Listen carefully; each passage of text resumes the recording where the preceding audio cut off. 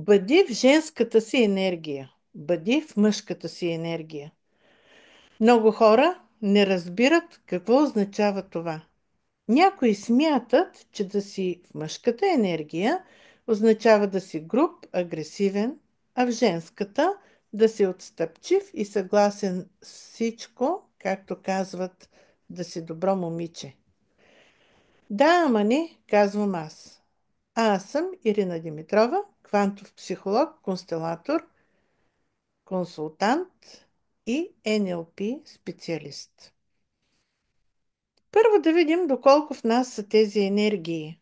Вярно е, че хормоните определят мъжете да са по-често активни, а жените по-често пасивни. Активни и пасивни, и това трябва да се обясни. Активен означава да излъчваш, а пасивен да приемаш. Народът го е казал: тате носи, мама меси. И това е много вярно. Мъжът е този, който по-добре се оправя с материалния свят, света на разума, а жената с отношенията, света на чувствата. Това означава ли, че мъжете са по-умни, а жените по-чувствителни? Не. Сега да ви обясня нещо друго, за да разберете по-добре. Във всеки човек има и женското, и мъжкото начало. Това са твоите майка и баща, които продължават да живеят в теб. Може да не ги познаваш, но техните гени са те построили. Половината са от баща ти, другата половина от майка ти. В тези гени е записана историята на твоя род. И ако имаш някакъв необоснован страх, то той може да идва оттам. Не всичко, което чувстваш и мислиш, е твое, но за това ще говорим друг път. Сега да се върнем на баланса на мъжката и женската енергия. Разбрахме, че във всеки от нас има и едното, и другото, и активното, и пасивното. Когато си активен, ти си в мъжката енергия. Когато си пасивен, си в женската.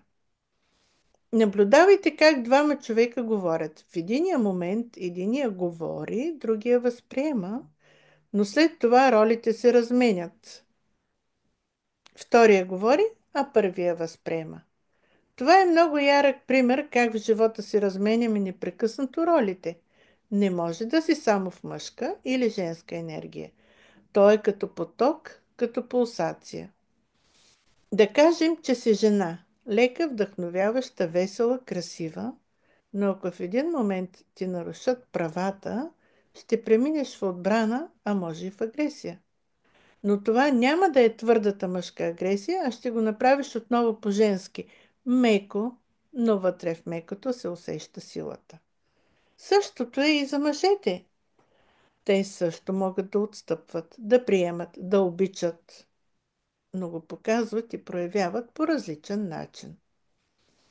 И в това се състои разликата между едните и другите, в проявлението. Това е пример как ние постоянно в зависимост от обстоятелствата реагираме по единия или другия начин, активно или пасивно. Хубаво е в партньорските отношения тези периоди или вълни да бъдат в резонанс. Какво означава това? Когато единия партньор е активен, тогава другия да става пасивен. Обикновено в живота е така, но ако не е, тогава започват караниците, борба за надмощие и много често настъпва и края на отношенията. Да отстъпиш в един момент не означава да се предадеш. В следващия, другия ще се успокои и ще може да те изслуша разумно. Важното е, когато той е много емоционален, т.е. изключил е разума, другия участник в спора да се отдръпне, да отстъпи, за да може да постави позициите си в по-подходящ момент. Иначе каузата му е обречена на загуба, още преди да е поставена на картата. Ще ви дам задача. Наблюдавайте как се позиционирате през целия ден. Там, където искате да постигнете нещо, преминете в активна позиция. Не молете, Не мънкайте, не се прегъвайте, а просто и уверено кажете какво желаете. Този начин на действие ви поставя в активна позиция. Другия автоматично преминава в пасивна и по-лесно ще възприеме това, което му казвате. Ако разберете, че някой иска нещо от вас, преминете съзнателно в пасивна позиция и слушайте го. Тогава може да поискате да помислите и кажете, че ще дадете отговор по-късно. Този начин на действие ще ви даде пространство, в което да решите кое е най-доброто в случая и за двамата. Ако след това видео усетихте, че темите засягат нещо вътре във вас, няма нужда да оставате сами с въпросите. Предлагам ви безплатна консултация, вашето първо стъпало към промяната. Какво ще получите? Кратък анализ на вашата ситуация през призмата на констелациите, квантовата психология, нервно-лингвистичното програмиране или коучинга. Ясна насока какви стъпки да следвате, ако решите да работим заедно. Възможност да ме чуете наживо. Понякога енергията на гласа разкрива повече от думите. Запазете вашата безплатна сесия. Попълнете формата под видеото. Ще ви отнеме 1 минута. Аз ще се свържа с вас, за да оговорим удобен час. Брой на местата е ограничен. Ако чувствате прилив на кураж, действайте сега.